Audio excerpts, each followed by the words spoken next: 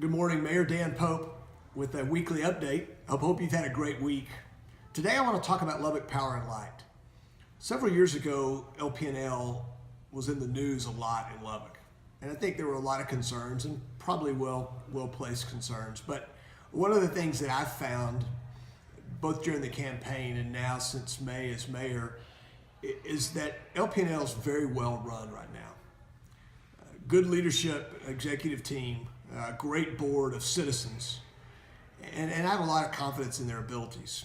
Remember that in 2004, we as a city voted, nearly 85% of us said we want to separate Lp&L more from the city government, and we did a change in our charter.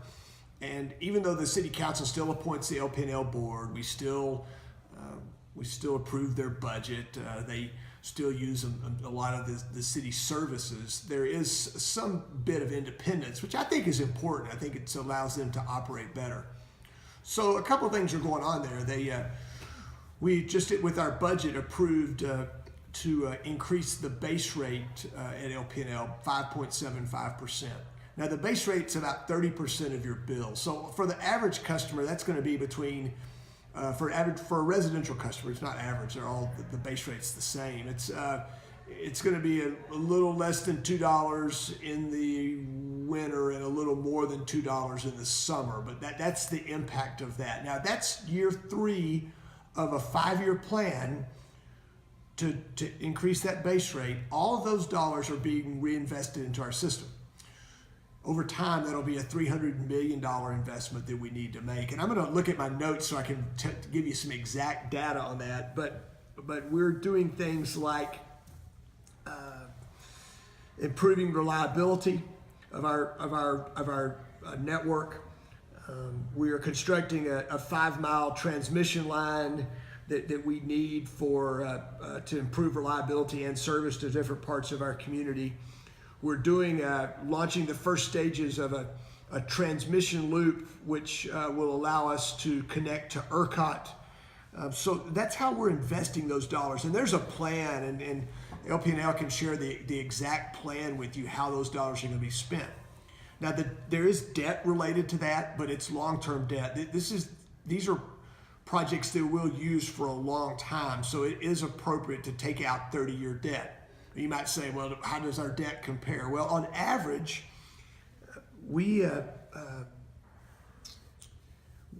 our citizens have $1,180 of debt per electric meter. That's how the industry measures that.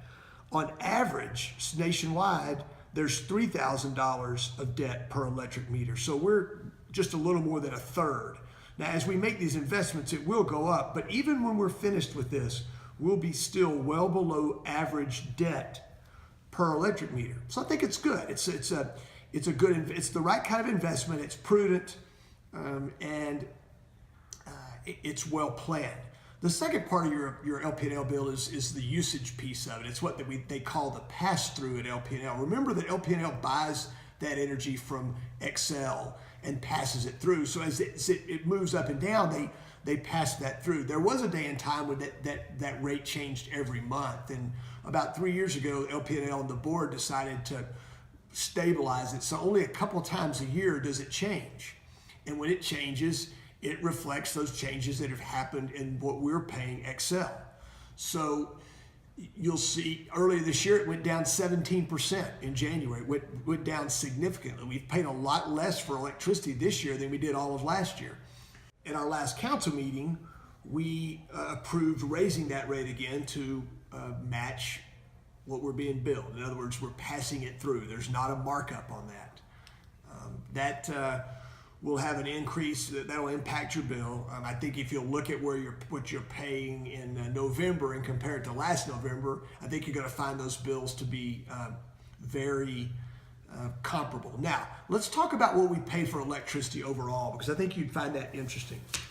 Our rates have been lower than what Xcel charges for energy 37 out of the last 47 months.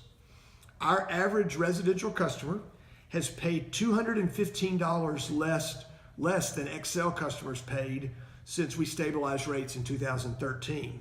And our average residential customer has paid $269 less than the average Texas customer in that same time period. So LP&L is still a good value.